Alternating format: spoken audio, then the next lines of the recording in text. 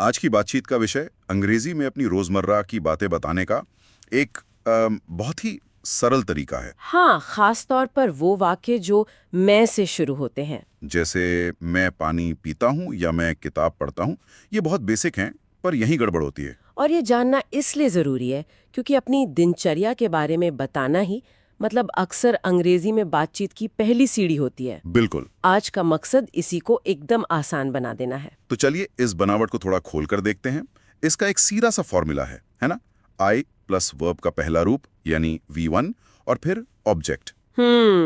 मतलब पहले मैं यानी आई, फिर जो काम किया जैसे ड्रिंक, और फिर जिस चीज पर काम हुआ जैसे वाटर। हाँ, तो मैं पानी पीता हूँ बन गया आई ड्रिंक वाटर। एकदम सीधा। और यहाँ दिलचस्प बात यह है कि ये नियम एकदम पक्का है। जब बात आय से शुरू हो तो क्रिया मतलब वर्ब वो हमेशा अपने असली पहले रूप में ही रहेगा, कोई बदलाव नहीं। अच्छा, अब अगर इसी बात को मना करना हो तो, जैसे मैं पानी नहीं पीता हूँ, इसके लिए क्या करना है? बिल्कुल, ये अच्छा सवाल है। यहाँ बस एक छोटा सा बदलाव करना है। क्या? यहाँ डू नॉट का इस्तेमाल होता है या छोटे रूप में डोंट। ओके। तो वाक्य की बनावट होगी I plus do not plus V1 plus object. तो मैं किताब नहीं पढ़ता हूँ बन जाएगा I do not read the book. Exactly. और ये एक बहुत ही मजबूत नियम है।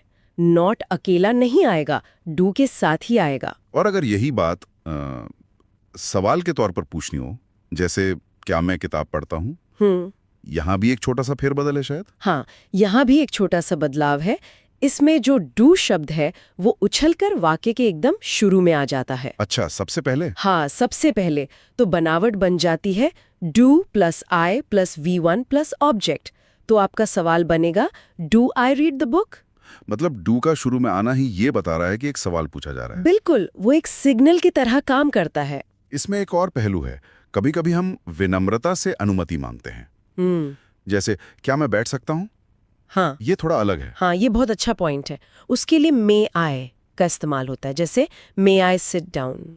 तो ये सिर्फ सवाल नहीं है। नहीं, ये सिर्फ सवाल नहीं है, ये एक तरह से अनुरोध का भाव दिखाता है। आप इजाजत मांग रहे हैं। अच्छा। डू आई सिट डाउन का मतलब है कि क्या मैं बैठता हूँ, जो एक तथ्य है। मे आई सिट डाउन का मतलब है क्या मुझे बैठने की इजाजत है। समझ गया। तो आज हमने एक ही बनावट के 3 रूप देखे। हाँ। सीधी बात कहना, जैसे आई ईट फूड। फिर मना करना, आई डू नॉट ईट फूड। और फिर सवाल पूछना, डू आई ईट फूड। अंत में सोचने वाली बात यह है कि ये सिर्फ एक व्याकरण का नियम नहीं है ना? नहीं, ये उससे कहीं ज्यादा है। हाँ, ये अंग्रेजी में अपनी दुनिया के बारे में मतलब पूरे आत्मविश्वास से बात करने का एक दरवाजा है। सही कहा। अब इस एक बनावट को जानने के बाद दिन भर के कितने सारे काम हैं जिन्हें अंग्रेजी में आराम से बताया जा सकता है। ये सोचने वाली बात है।